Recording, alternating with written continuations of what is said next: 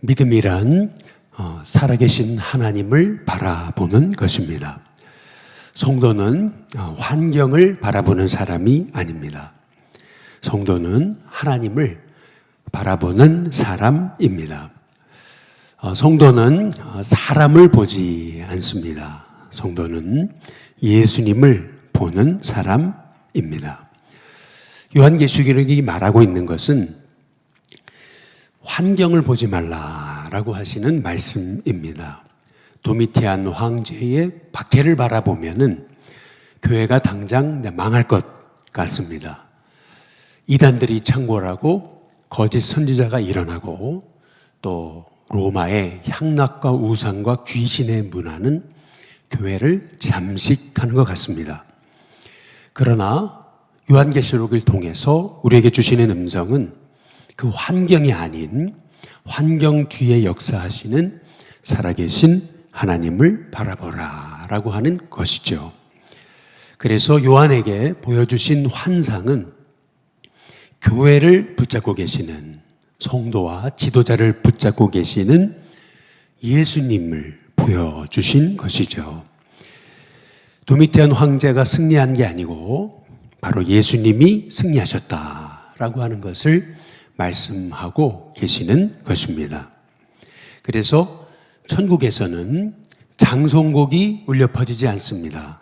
천국에서는 승리의 새 노래가 울려 퍼지고 있었던 것이죠. 이것을 통해서 우리가 알 수 있는 것은 환경을 바라보면 자꾸 우리는 원망과 불평의 노래가 터져 나옵니다.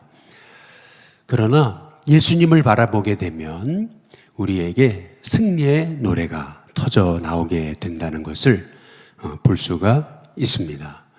그래서 우리의 삶에 불러야 될 노래는 승리하신 주님, 그 승리하신 주님 바라보면서 우리의 삶을 인도하시고 주관하시는 그 하나님을 찬양하는 그런 새 노래를 부르는 것이 성도의 삶인 줄로 믿습니다. 그래서 누가 이기는가? 이기는 자가 누군가? 라고 했을 때 바로 승리하신 예수님을 바라보는 사람이라고 하는 것이죠. 그래서 에베소 교회에게 말씀하시기를 처음 사랑을 버렸다라고 말씀하시면서 처음 행위를 가져라 라고 말씀하시죠. 처음 사랑을 회복하는 방법은 그냥 회복해야지라고 말로만 해서 되는 것이 아니고 처음 행위를 회복해야 되는데 그 처음 행위가 뭐였나 보니까 구원의 감격을 찬양하고 그리고 순간마다 기도하는 결국 예배의 삶이었던 것이죠. 오늘 하루 살아가는 동안 환경이 아니라 환경을 주관하시는 하나님을 바라볼 수 있게 되시길 주님의 이름으로 축복합니다. 오늘 말씀은 이스라엘과 블레셋이 전쟁의 상황에 놓여진 상황입니다. 블레셋이 먼저 전쟁을 걸어왔습니다. 블레셋과 이스라엘은 엘라 골짜기를 사이에 두고 서로 마주보면서 전쟁의 일촉즉발의 위기에 있었습니다. 블레셋 사람 쪽에서 한 전쟁을 돕구는 사람이 나온 거죠. 그 사람이 이제 골리앗이었던 것을 볼 수가 있습니다. 항상 여리고는 난공불락의 성인 거죠. 여리고를 바라보면 안 무너질 것 같습니다. 그게 환경입니다.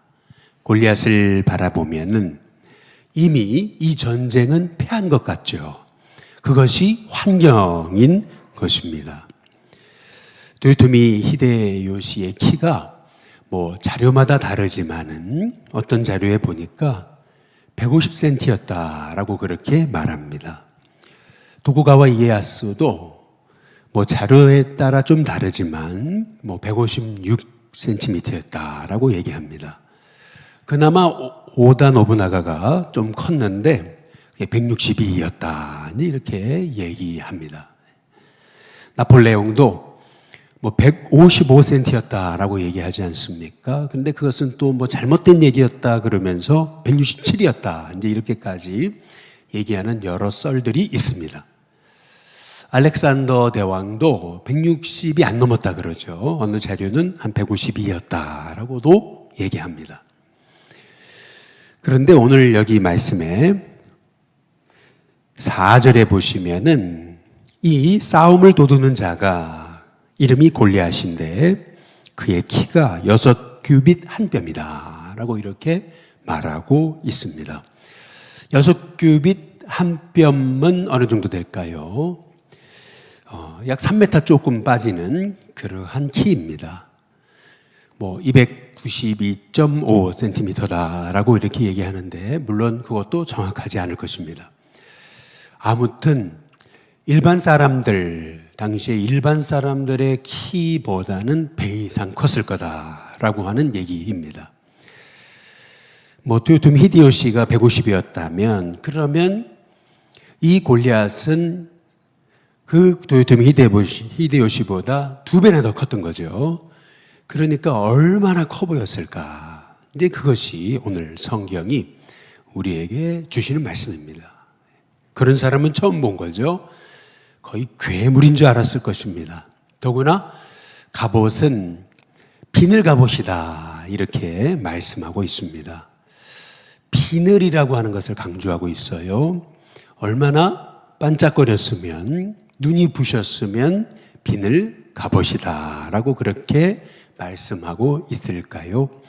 창자로는 뱃들채 같았다라고 이렇게 말합니다. 뱃들채 같다라고 하는 말의 의미는 견고하고 아주 무거웠다라고 하는 것을 말하고 있는 거죠. 창자로만 봐도 한번 부딪혔다가는 우리의 창이 반으로 두동강 나게 될 것 같은 그러한 적수를 만났다라고 하는 의미입니다. 창날만 1600세겔이다 이렇게 얘기하는데 약 한 7kg 정도, 창날만 한 7kg 정도 된다라고 성경이 말하고 있는 거죠. 방패든 자는 그 방패가 성경에서 아주 독특하게 쓰여지는 단어 친나라고 하는 단어를 쓰는데 이 친나라고 하는 말은 가시가 많다라고 하는 첸에서 나온 단어로 꼭 가시 울타리처럼 보였다라고 하는 것을 의미하고 있는 것입니다. 그래서 오늘 사무엘상 17장 4절에서부터 7절까지 무려 4절이나 이 골리앗의 외적인 외모, 그의 키, 그리고 그가 입었던 갑옷, 그가 들고 있던 창, 그리고 그 앞에 있는 방패된 자의 방패, 이 모든 것을 4절이나 걸쳐서 성경이 지금 강조하고 있는 말씀은 뭐냐 하면은 이 골리앗에게는 허점이 없었다라고 하는 것을 말씀하고 있는 거죠. 다시 말해 누가 싸워도 이기는 것은 불가능한 환경 상황이었다. 이거는 싸우나 마나다. 이미 진 싸움이다 라고 하는 것을 뜻하는 내용이었던 거죠. 언제나 누구에게나 환경은 버겁습니다. 환경을 바라보면 아무것도 할 수 없는 거죠. 오늘 우리에게 주시는 하나님의 말씀은 환경을 바라보면 결국 우리는 두려워 떨 수밖에 없다. 하나님의 일을 할 수 없다라고 하는 것을 성경이 우리에게 말씀하고 계시는 것입니다. 이런 얘기가 있잖아요. 아프리카에 한 신발을 파는 회사에서 직원을 보냈는데 시장 조사를 위해서 아프리카에 도착한 직원이 아프리카를 돌아보고서 했던 말, 그것은 여기에는 아프리카에는 신발 신는 사람이 한 사람도 없습니다. 여기에 신발을 파는 건 불가능합니다 라고 했다 그러지 않아요? 그랬더니 오히려 오너는 신발 신는 사람이 한 사람도 없다면 그거야말로 아프리카는 황금 어장이구나 라고 했다는 그러한 유명한 얘기가 있지 않습니까? 환경이 문제가 아니고 결국 우리가 무엇을 보느냐에 달려있다라고 하는 얘기인 거죠. 우리가 봐야 될 것은 환경이 아니고 환경을 주관하시는 하나님이신 줄로 믿습니다. 지금 이스라엘이 싸워보지도 않고 낙심하고 있는 이유는 환경을 바라보니까 이 골리앗의 키, 골리앗의 외모, 그리고 골리앗 앞에 서 있는 방패든 자, 이 모든 것이 절대 싸울 수 있는 환경이 아니더라라고 하는 얘기입니다. 골리앗을 보면 백전백패인 거죠. 꼭 이것이 우리 인생과도 같습니다. 환경을 보면 내 인생에 답이 없는 것처럼 보이는 것입니다. 여리고를 보면 답이 없습니다. 방법도 없고 어떤 일도 소용도 없어 보이는 것이죠. 그래서 오늘 하나님이 우리에게 주시는 말씀은 우리가 보아야 될 분, 그분은 살아계신 하나님이시라고 하는 거죠. 눈을 떠야 되고, 그래서 믿음의 눈으로 봐야 되고, 믿음의 눈을 떠서 보려면 기도해야 된다. 기도해야 하나님의 계획이 보이고, 기도해야 틈새가 보인다라고 하는 것을 우리에게 주시는 말씀인 줄로 믿습니다. 다윗은 골리앗을 보지 않죠. 전쟁을 주관하시는 하나님을 바라보았습니다. 하나님은 골리앗을 보는 사람을 쓰지 않으시죠. 골리앗을 보는 사람은 항상 불평과 불만만 갖게 돼 있고 두려움에 사로잡히기 때문에 그렇습니다. 골리앗을 보게 되면은 이 싸움은 하나만화입니다. 이미 진 싸움입니다. 방법도 없어 보이죠. 우리는 어차피 망할 인생처럼 이제 보이는 것입니다. 그러나 하나님은 물맷돌 5개만 가지고도 골리앗 앞에 나가서 살아계신 하나님을 의지하고 나아가는 다윗을 통해서 역사하신 하나님이신 줄로 믿습니다. 그래서 하나님을 보면 물맷돌 5개를 가지고도 얼마든지 승리할 수 있는 방법이 나오게 되는 것이죠. 항상 문제는 커 보이게 되어 있습니다. 안산 동산교회를 개척하신 김인중 목사님이 전에 한 전도 세미나에 오셔가지고 하셨던 말씀이 생각이 나요. 안산에다가 교회를 개척을 하는데 그냥 당시에는 안산이 개발이 되지 않았던 때라서 그냥 시골 바닥에다 교회를 개척을 한 거예요.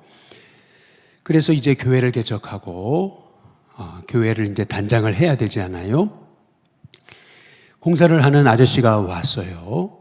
근데 그분에게 전도를 했습니다. 그 사장님을 전도를 했더니 이분이 이 시골에다가 이렇게 교회를 개척하시는데 나라도 가야 되겠다. 그래서 이제 이분이 주일날 교회를 온 겁니다. 이제 교인이 하나도 없잖아요. 이분이 혼자 이제 교회 예배당에 앉아 있는데 목사님 설교를 하시는데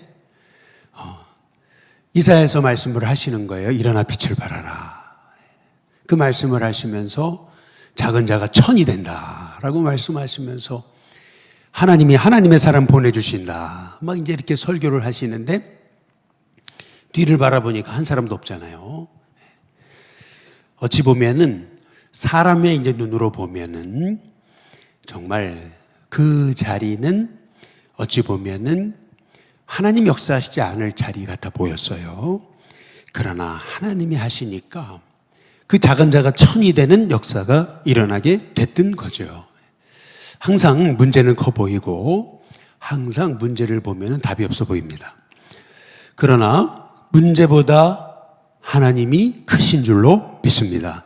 하나님은 문제를 주관하시고 또 문제 뒤에 계신 하나님을 바라볼 때에 우리의 삶 속에 하나님이 일하시는 참 귀한 은혜를 보게 될 줄로 믿습니다. 오늘 한 날의 삶 가운데 환경이 아닌 살아계신 하나님, 그 환경을 주관하시는 그 하나님을 바라보면서 오늘도 믿음의 눈을 떠서 기도하는 저와 여러분이 될 수 있게 되시기를 주님의 이름으로 축복합니다.